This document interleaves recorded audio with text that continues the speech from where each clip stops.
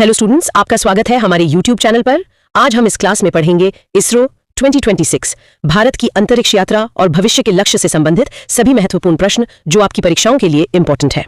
आप किसी भी सरकारी नौकरी की तैयारी कर रहे हैं तो हमारे चैनल से जरूर जुड़ें। बिल्कुल, और आज की ये क्लास काफी खास होने वाली है। हाँ, एकदम, क्योंकि आज हमारा मिशन सिर्फ फैक्ट्स रटना नहीं है।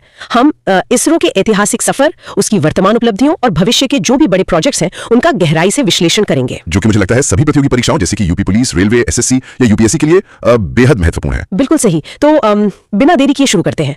चलो, अब पहली स्लाइड देखते हैं। जी। अगर तुम स्लाइड में देखो तो यहाँ इसरो का एक बड़ा सा लोगो है और साथ ही डॉक्टर विक्रम साराभाई की तस्वीर दिखाई दे रही है। हाँ, और साइड में कुछ जीके फैक्ट्स और एमसीक्यूज के बॉक्स भी बने हुए हैं। राइट, तो कंटेंट पर आते हैं। 1962 में डॉक्टर विक्रम साराभाई और नेहरू जी ने इसरो की नींव रखी थी, लेकिन तब इसका नाम इनकोस्पार था। अच्छा, मतलब शुरुआत में नाम इसरो नहीं था? नहीं था। 15 अगस्त 1969 को इसका नाम बदलकर इसरो किया गया। ओके। और इसका मुख्यालय बेंगलोर यानी कर्नाटक में है। ओके। और एक बात, ये प्रधानमंत्री के अधीन अंतरिक्ष विभाग के अंतर्गत आता है। डॉक्टर विक्रम साराभाई को अंतरिक्ष कार्यक्रम का जनक माना जाता है और वर्तमान अध्यक्ष डॉक्टर वी नारायणन है। तो मेरा एक सवाल है, क्या इसरो के सभी महत्वपूर्ण मिशन बेंगलुरु से ही निर्देशित होते हैं? हाँ, सोर्स के आधार पर बिल्कुल सारे प्रमुख ऑपरेशंस वहीं से कंट्रोल होते हैं। तो ये पॉइंट एग्जाम के लिए इंपॉर्टेंट लग रहा है। बिल्कुल, एग्जाम में ये डायरेक्ट पूछा जाता है कि इसरो का 1962 का पुराना नाम क्या था, यानी इनकोस्पार, और उसका मुख्यालय कहाँ है? हाँ, बेंगलोर में। सही। तो ये इसरो का बेसिक्स था। चलो, अब अगली स्लाइड देखते हैं। ठीक है। यह स्लाइड पर विजुअल में एक सुनहरे रंग का उपग्रह दिख रहा है। ये आर्यभट्ट है और साथ में एक लॉन्च पैड से स्वदेशी रॉकेट SLV-3 को उड़ते हुए दिखाया गया है। विजुअल काफी शानदार है। हाँ, तो 19 अप्रैल 1975 को भारत का पहला उपग्रह आर्यभट्ट भेजा गया था, लेकिन इसे रूसी रॉकेट कॉस्मोस 3M की मदद से सोवियत संघ से भेजा गया था। मतलब हमने अपने रॉकेट से नहीं भेजा था? राइट। हमारी धरती से पहला सफल उपग्रह 1980 में लॉन्च हुआ था, जिसका नाम रोहिणी यानी RS-1 था। अच्छा। इसे श्रीहरिकोटा से हमारे अपने स्वदेशी रॉकेट SLV-3 द्वारा भेजा गया था और इसके director doctor APJ Abdul Kalam थे। वाह, तो क्या रोहिणी मिशन के बाद ही भारत आधिकारिक रूप से स्पेस क्लब का सदस्य बना था? हाँ, सोर्स भी यही पुष्टि करता है कि इसी के बाद हम आधिकारिक सदस्य बने हैं। ये पॉइंट एग्जाम के लिए इंपॉर्टेंट लग रहा है। एकदम, एग्जाम में ये दोनों प्रश्न बहुत महत्वपूर्ण है कि स्वदेशी रॉकेट से लॉन्च पहला उपग्रह कौन सा था, जो कि रोहिणी है, और आर्यभट्ट को किस देश की मदद से भेजा गया था? सोवियत संघ की मदद से। राइट। तो यहाँ से हमारी स्वदेशी रॉकेट यात्रा शुरू हुई थी। चलो, अब अगली स्लाइड देखते हैं। ओके। इस स्लाइड में तुम देख सकते हो कि एक बैलगाड़ी के ऊपर एक उपग्रह रखा हुआ है। बैलगाड़ी पर? हाँ, ये एप्पल उपग्रह है और साथ में मौसम, चक्रवात और दुनिया के नक्शे के विजुअल्स भी बने हैं। काफी दिलचस्प तस्वीर है। बिल्कुल। तो 1981 में हमारा पहला संचार उपग्रह एप्पल लॉन्च हुआ था और मजे की बात यह है कि इसे एंटीना टेस्टिंग के लिए बैलगाड़ी पर रखकर ले जाया गया था। वाह, क्या जुगाड़ था, है ना? इसके बाद 2002 में पहला मौसम उपग्रह मिडसैट 1 बना, जिसका नाम 2003 में PM वाजपेयी जी ने कल्पना 1 रख दिया था। कल्पना चावला जी की याद में। हाँ, और फिर 2004 में दुनिया का पहला शिक्षा समर्पित उपग्रह लॉन्च हुआ, जिसका नाम था एजुसैट। तो मेरा सवाल यह है कि क्या एजुसेट का मुख्य उपयोग दूरस्थ शिक्षा यानी डिस्टेंस एजुकेशन और स्मार्ट क्लासरूम्स के लिए किया गया था? हाँ, सोर्स के हिसाब से इसका बिल्कुल यही मुख्य उपयोग था। ये पॉइंट एग्जाम के लिए इंपॉर्टेंट लग रहा है। एकदम पक्का।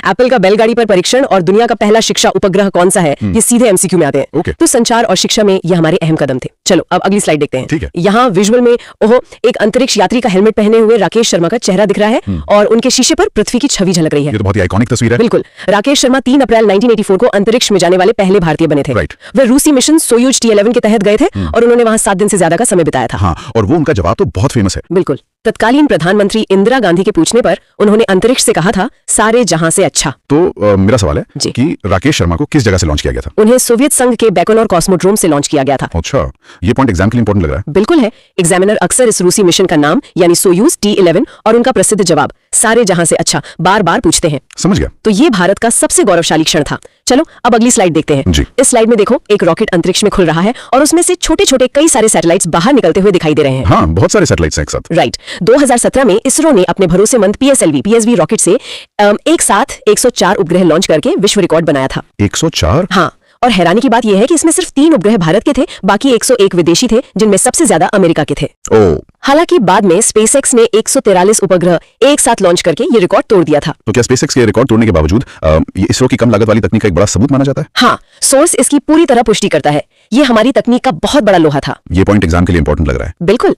2017 में 104 उपग्रहों का जो आंकड़ा है और उसे तोड़ने वाली कंपनी स्पेसएक्स का नाम, ये दोनों परीक्षा में जरूर आते हैं। ओके, मैं नोट कर लेता हूँ। तो इस मिशन ने दुनिया भर में इसरो का डंका बजाया। चलो, अब अगली स्लाइड देखते हैं। ठीक है। अब यहाँ विजुअल में चंद्रमा की उबड़ खाबड़ सतह दिख रही है। हाँ। और वहाँ विक्रम लैंडर खड़ा है और उसके पास एक रैंप से 6 पहियों वाला प्रज्ञान रोवर उतरता हुआ दिख रहा है। चंद्रयान 3 मिशन। एकदम सही। 23 अगस्त 2023 को लैंडिंग हुई थी, जिसे अब हम राष्ट्रीय अंतरिक्ष दिवस के रूप में मनाते हैं। Right. इसे LVM-3M4 यानी जिसे हम बाहुबली रॉकेट कहते हैं उससे भेजा गया था। Okay. और हम चंद्रमा के दक्षिणी ध्रुव पर उतरने वाले पहले और कुल मिलाकर चांद पर पहुंचने वाले चौथे देश बन गए। लैंडिंग साइट का नाम शिव शक्ति पॉइंट रखा गया है। तो इस मिशन का मुख्य उद्देश्य क्या था? इसका सबसे मुख्य उद्देश्य चंद्रमा की सतह पर सुरक्षित और सॉफ्ट लैंडिंग का प्रदर्शन करना था। अच्छा, ये पॉइंट एग्जाम के लिए इंपॉर्टेंट लग रहा है। बिल्कुल इंपॉर्टेंट है। दक्षिणी ध्रुव पर उतरने का रिकॉर्ड और शिव शक्ति पॉइंट का नाम, ये करंट अफेयर्स के सबसे हॉट सवाल है। बिल्कुल। तो ये भारतीय विज्ञान की सबसे बड़ी अंतर्राष्ट्रीय विजय है। चलो अब अगली स्लाइड देखते हैं। जी। इस स्लाइड के एक तरफ अंक मंगल ग्रह के पास मंगलयान दिख रहा है और दूसरी तरफ धधकते हुए सूर्य के पास आदित्य L1 सैटेलाइट दिखाया गया है। हाँ, दोनों बहुत क्लियर है। तो पहले मंगलयान की बात करें।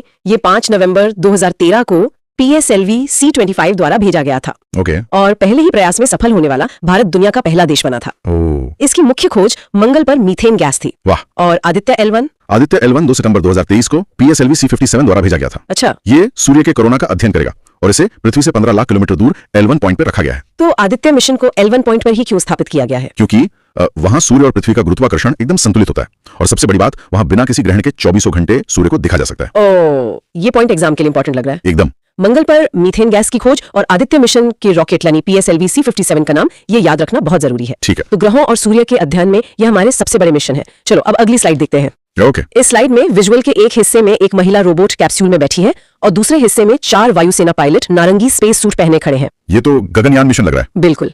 गगनयान भारत का पहला मानव उड़ान मिशन है। इसका लक्ष्य है 400 किलोमीटर की लो अर्थ ऑर्बिट LEO में 3 यात्रियों को 3 दिन के लिए ले जाना। और ये कब तक होगा? इसका लक्ष्य 2027 है, लेकिन उससे पहले जनवरी 2026 में बिना इंसान के परीक्षण के लिए महिला रोबोट व्योम मित्र को भेजा जाएगा। अच्छा, वो जो तस्वीर में। हाँ, और 4 पायलट भी चुने गए हैं, प्रशांत, अंगद, अजीत और शुभांशु। ओके। शुभांशु तो हाल ही में नासा के एक्सियम 4 मिशन से ISS भी होकर आए हैं। तो क्या ये मिशन सफल होने पर भारत मानव मिशन भेजने वाला दुनिया का चौथा देश बन जाएगा? हाँ, सोर्स से इसकी पूरी पुष्टि होती है, हम चौथे देश बन जाएंगे। ये पॉइंट एग्जाम के लिए इंपॉर्टेंट लग रहा है। बहुत ज्यादा। वो जो महिला रोबोट है उसका नाम व्योम मित्र और गगनयान की कक्षा की ऊंचाई जो 400 किलोमीटर है, ये एग्जाम के लिए बहुत इंपॉर्टेंट है। राइट। तो ये मिशन भारतीय अंतरिक्ष यात्रियों का सपना पूरा करेगा। चलो अब अगली स्लाइड देखते हैं। जी। यहाँ स्लाइड में अंतरिक्ष में एक घूमता हुआ विशाल ब्लैक होल दिखाया गया है और उसके ठीक सामने एक सैटेलाइट डेटा ले रहा है जिसका नाम एक्सपोसैट है। Black hole. हाँ, एक्सपोसैट को 1 जनवरी 2024 को PSLV C-58 रॉकेट से लॉन्च किया गया था। अच्छा। इसका मुख्य काम अंतरिक्ष में मौजूद ब्लैक होल्स का अध्ययन करना और न्यूट्रॉन स्टार्स से निकलने वाली एक्स रेस की जांच करना है। तो क्या दुनिया में किसी और देश ने भी ऐसा मिशन भेजा है? हाँ, अमेरिका की नासा के बाद ऐसा उन्नत एक्सरे मिशन लॉन्च करने वाला भारत दुनिया का केवल दूसरा देश है। ओह, ये पॉइंट एग्जाम के लिए इंपॉर्टेंट लग रहा है। बिल्कुल। एक्सपोसैट का जो उद्देश्य है यानी ब्लैक होल्स और एक्सरे और भारत की जो वैश्विक रैंक दूसरी है, ये परीक्षा में जरूर पूछी जा सकती है। समझ गया। तो ब्रह्मांड की उत्पत्ति समझने में ये एक अनूठा कदम है। चलो अब अगली स्लाइड देखते हैं। ठीक है। इस स्लाइड में देखो, पृथ्वी के ऊपर एक बड़ा रडार एंटीना वाला उपग्रह है। हाँ, और वो कुछ किरणें धरती पर डाल रहा है। राइट। वो अपनी हरी लेजर या रडार किरणों से धरती के एक हिस्से का ग्रिड मैप बना रहा है। तो ये कौन सा मिशन है? ये निसार है। निसार अमेरिका की नासा और भारत के इसरो का संयुक्त मिशन है जो 30 जुलाई 2025 को GSLV F-16 रॉकेट से लॉन्च होगा। ओके। ये दुनिया का सबसे महंगा पृथ्वी अवलोकन यानी अर्थ ऑब्जर्वेशन उपग्रह है। ये 12 दिनों में पूरी धरती का सटीक नक्शा बनाएगा और मजे की बात यह है कि ये बादलों के पार भी देख सकेगा। कमाल है। तो इसका मुख्य उपयोग किन प्राकृतिक घटनाओं को ट्रैक करने में होगा? इसका उपयोग भूकंप, भूस्खलन, बर्फ पिघलने और जलवायु परिवर्तन जैसी घटनाओं को ट्रैक करने में होगा। अच्छा, ये पॉइंट एग्जाम के लिए इंपॉर्टेंट लग रहा है। बिल्कुल। एग्जाम में ये पूछा जाएगा कि निसार किन 2 एजेंसियों का है यानी नासा और इसरो, और इसका मुख्य उपयोग क्या है। ये एकदम पक्का सवाल है। ओके। तो आपदा प्रबंधन के लिए ये डेटा सच में एक वरदान होगा। चलो अब अगली स्लाइड देखते हैं। जी। इस स्लाइड में चंद्रमा की सतह पर एक रोवर अपनी ड्रिलिंग मशीन से गड्ढा खोदकर नमूने निकालता हुआ दिख रहा है। मतलब मिट्टी निकाल रहा है। हाँ, तो चंद्रयान 4 जो कि 2027-28 में होगा, वो एक सैंपल रिटर्न मिशन है जिसमें डॉकिंग अनडॉकिंग तकनीक का परीक्षण होगा। और चंद्रयान 5? चंद्रयान 5 को लूपेक्स कहा जाता है। ये इसरो और जापान की एजेंसी JAXA का संयुक्त मिशन है जो 2028-29 में उनके H3 रॉकेट से जाएगा। अच्छा, तो इसमें कौन क्या बनाएगा? इसमें लैंडर तो इसरो बनाएगा, लेकिन रोवर जापान बनाएगा जो चांद के छायांकित क्षेत्रों में पानी खोजेगा। तो मतलब ल्यूपेक्स में रोवर के निर्माण की जिम्मेदारी किस एजेंसी के पास है? जैसा मैंने बताया, रोवर जापान की JAXA तैयार करेगी। ये पॉइंट एग्जाम के लिए इंपॉर्टेंट लग रहा है। बिल्कुल है। चंद्रयान 5 में भारत का साझेदार देश जो कि जापान है और रोवर बनाने वाली एजेंसी का नाम इस पर सीधे सवाल बनेंगे। राइट। तो चांद की मिट्टी धरती पर लाना और पानी खोजना हमारे अगले बड़े लक्ष्य हैं। चलो अब अगली स्लाइड देखते हैं। ठीक है। यहाँ विजुअल में पृथ्वी की कक्षा में एक बड़ा के कई हिस्सों वाला अंतरिक्ष स्टेशन तैरता हुआ दिखाई दे रहा है जिसमें सोलर पैनल्स लगे हुए हैं। ये तो हमारा अपना स्पेस स्टेशन लग रहा है। एकदम सही। भारत 400 किलोमीटर की ऊंचाई पर अपना अंतरिक्ष स्टेशन बना रहा है जिसे BS कहते हैं। ओके, इसमें कुल 5 मॉड्यूल होंगे और इसका वजन 20 से 30 टन होगा, जो कि इंटरनेशनल स्पेस स्टेशन से काफी छोटा है। और ये कब तक तैयार होगा? इसका पहला मॉड्यूल 2028 में लॉन्च होगा और ये 2035 तक पूर्ण रूप से सक्रिय होने की उम्मीद है। कि हमारे वैज्ञानिक अंतरिक्ष में रहकर माइक्रोग्रेविटी के प्रयोग खुद कर सकेंगे और मानव अभियानों में हम पूरी तरह से आत्मनिर्भर बन जाएंगे। वाह, ये पॉइंट एग्जाम के लिए इंपॉर्टेंट लग रहा है। हाँ, पहले मॉड्यूल का लॉन्च वर्ष 2028 है और स्टेशन की ऊंचाई 400 किलोमीटर है। ये एग्जाम में पक्का पूछे जाएंगे। नोट कर लिया। तो अपना स्पेस स्टेशन बनाना भारत के लिए एक ऐतिहासिक छलांग होगी। चलो अब अगली स्लाइड देखते हैं। जी। इस स्लाइड में एक सुनहरे, पीले और घने बादलों वाले ग्रह के ऊपर एक सैटेलाइट रडार से ज्वालामुखी गतिविधियों को स्कैन कर रहा है। पीला ग्रह मतलब ये शुक्र ग्रह है? बिल्कुल सही, ये शुक्रयान 1 है जो भारत का पहला वीनस ऑर्बिटर मिशन है। ओके। इसे मार्च 2028 में हमारे सबसे भारी रॉकेट LVM-3 द्वारा भेजा जाएगा। अच्छा, और ये वहाँ क्या खोजेगा? ये शुक्र ग्रह के घने बादलों, खतरनाक एसिड और वहाँ की ज्वालामुखी गतिविधियों की खोज करेगा। तो मेरा सवाल है कि शुक्र ग्रह का अध्ययन हम पृथ्वी के लिए कैसे फायदेमंद होगा? क्योंकि ये शुक्र के ग्रीन हाउस प्रभाव को समझेगा, जिससे हमें पृथ्वी के जलवायु परिवर्तन को बेहतर ढंग से समझने में बड़ी मदद मिलेगी। ओह, ये पॉइंट एग्जाम के लिए इंपॉर्टेंट लग रहा है। एकदम। शुक्रयान को किस रॉकेट से भेजा जाएगा, यानी LVM-3, और इसका लॉन्च लक्ष्य जो मार्च 2028 है, ये परीक्षा की दृष्टि से बहुत जरूरी है। ठीक है। तो पृथ्वी के जुड़वा ग्रह के रहस्य अब भारत सुलझाएगा। चलो अब अगली स्लाइड देखते हैं। ओके। इस विजुअल में 3 अलग अलग आकार के रॉकेट कतार में खड़े हैं। हाँ, एक लाल सफेद है, एक बीच में भारी सा है और एक नया सफेद रॉकेट है। बिल्कुल। तो जो लाल सफेद है वो 1990 के दशक का PSLV है, जिसे इसरो का वर्क हॉर्स कहा जाता है। अच्छा। भारी उपग्रहों के लिए हमारे पास GSLV है, जिसमें स्वदेशी क्रायोजेनिक इंजन लगा है। और चंद्रयान 3 के लिए हमने LVM-3 का इस्तेमाल किया था, जो बीच में है। और वो नया वाला सफेद रॉकेट? वो है NGLV, जिसे प्रोजेक्ट सूर्या भी कहते हैं। ये SpaceX की तरह पुनः प्रयोज्य यानी रीयूजेबल होगा और 2040 तक चंद्रमा पर इंसान को ले जाएगा। तो क्या NGLV का मुख्य काम इंसान को चांद पर ले जाना ही है? हाँ, सोर्स के आधार पर बिल्कुल। इसका मुख्य काम 2040 के इसी लक्ष्य को पूरा करना है। ये पॉइंट एग्जाम के लिए इंपॉर्टेंट लग रहा है। बिल्कुल। इसरो का वर्क हॉर्स किसे कहते हैं, जो PSLV है, और नए रॉकेट प्रोजेक्ट का नाम प्रोजेक्ट सूर्या, ये परीक्षा में छपने वाले प्रश्न है। समझ गया। तो ये रॉकेट तकनीक भारत का भविष्य बदल देगी। चलो अब अपनी आखिरी स्लाइड देखते हैं। जी। इस विजुअल में एक बेहद विशाल रॉकेट लॉन्च पैड से आग और धुएं के भारी गुबार के साथ अंतरिक्ष की ओर उड़ता हुआ दिखाई दे रहा है। ये तो LVM-3 लग रहा है। बिल्कुल। 2 नवंबर 2025 को इसरो एक ऐतिहासिक लॉन्च करेगा। यह भारतीय धरती से अब तक का सबसे भारी लॉन्च होगा। सबसे भारी? कितना भारी? इसमें एक महाकाय संचार उपग्रह CMS-3, जिसे GSAT-7R भी कहते हैं, उसे भेजा जाएगा। इसका कुल वजन 4410 किलोग्राम है। वाह। और इसे श्रीहरिकोटा से इसी बाहुबली रॉकेट यानी LVM-3 द्वारा लॉन्च किया जाएगा। तो क्या इससे पहले इतने भारी उपग्रह भारत से लॉन्च नहीं होते थे? नहीं, पहले इतने भारी उपग्रह विदेशी रॉकेट जैसे कि एरियंस रॉकेट से भेजे जाते थे। तो इसलिए ये हमारी स्वदेशी क्षमता का चरम प्रदर्शन है। ये पॉइंट एग्जाम के लिए इंपॉर्टेंट लग रहा है। बहुत ज्यादा। CMS-3 का वजन 4410 किलो और सबसे भारी उपग्रह लॉन्च करने वाले रॉकेट का नाम LVM-3 परीक्षाओं के लिए अत्यंत महत्वपूर्ण है। मैंने सारे पॉइंट्स नोट कर लिए हैं। बहुत बढ़िया। तो ये आत्मनिर्भर भारत की दिशा में अंतरिक्ष क्षेत्र का सबसे बड़ा मील का पत्थर है। बिल्कुल। तो स्टूडेंट्स, क्लास का समापन करते हुए मैं आप सभी को सलाह दूंगी कि इन सभी तथ्यों का अच्छे से रिवीजन करें।